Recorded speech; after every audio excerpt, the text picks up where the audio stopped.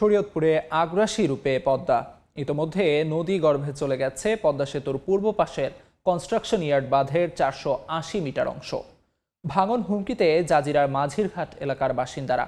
পানি উন্নয়ন board geo bag ফেললেও এরই মধ্যে 20টি পরিবার সব হারিয়েছে। আরও খবর জানাতে এই মুহূর্তে শরীয়তপুরে জাজিরায় আছেন সহকর্মী শফিকুজ্জামান রুবেল। সরাসরি যাচ্ছে তার কাছে।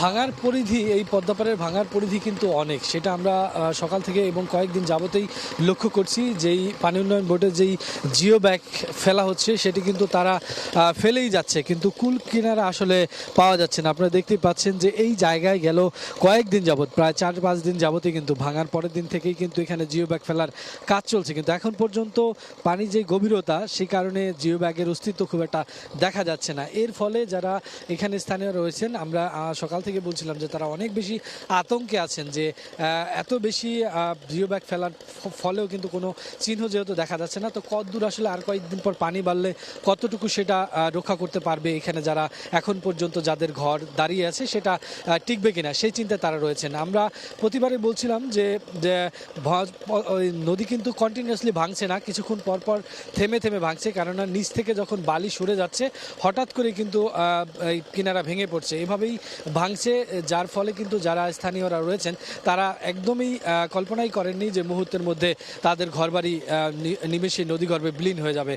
আমি যেটা বলছিলাম যে এই পদ্মা সেতুর যেই 2 কিলোমিটার কনস্ট্রাকশন ইয়ার্ড বাঁধ রয়েছে তার এখন পর্যন্ত আধা কিলোমিটার নদীগর্ভে বিলীন, যেটা কোনোভাবে জিও ব্যাগ দিয়ে আবার পুনরায় এইখানে ঝুঁকিমুক্ত করার প্রচেষ্টা চলছে, যদিও এখন পর্যন্ত ভরা মৌসুম না পদ্মা কিংবা আপনার বর্ষার, যদি বর্ষার ভরা মৌসুম আসে তাহলে আরও বেশি ভাঙার প্রবণতা দেখা দিতে পারে, সেই আশঙ্কা কিন্তু স্থানীয়রা করছেন। এবং খোদ পানি উন্নয়ন বোর্ডের কর্মকর্তারা বলছেন যে শুকনো মৌসুমে যদি এখানে স্থায়ী বাঁধের ব্যবস্থা করা না হয় তাহলে কিন্তু এবার যতটুকু ভাঙছে তার থেকে কয়েক গুণ ভাঙার বৃদ্ধি পাওয়ার সম্ভাবনা রয়েছে। সব মিলে বলা যায় যে এই ভাঙন কবলিত এলাকায় পুরো অঞ্চলটি, মাঝিরঘাটের পুরো অঞ্চলটি এখন ঝুঁকির মধ্যে রয়েছে। সেই সাথে এই অঞ্চল যদি ভাঙতে থাকে তাহলে পদ্মা সেতুর যে মূল অবকাঠামো সেই অবকাঠামোর খুব কাছাকাছি 1 কিলোমিটার যেহেতু সেটাও অনেক বেশি ঝুঁকির মধ্যে থাকে। তাই দ্রুত যদি সরকারিভাবে পদক্ষেপ না নেওয়া হয় স্থায়ী বাঁধের, যেটা সকলের প্রত্যাশা, সকলেই বলছেন যে আমরা এইরকম জিও ব্যাগ বাঁধ হয়তো বা সাময়িক, কিন্তু পরিকল্পিতভাবে এখানে যদি স্থায়ী বাঁধের ব্যবস্থা না করা হয় তাহলে তারাও কিন্তু এই সংখ্যা থেকে কোনোভাবে রেহাই পাবেন না।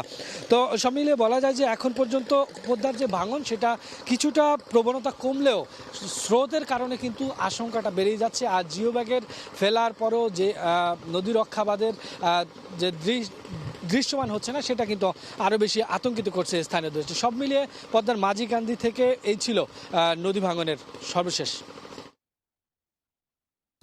শরীয়তপুর থেকে সবশেষ জানাচ্ছেন সহকর্মী শফিকুজ্জামান রুবেল। গোপন হোয়াটসঅ্যাপ গ্রুপে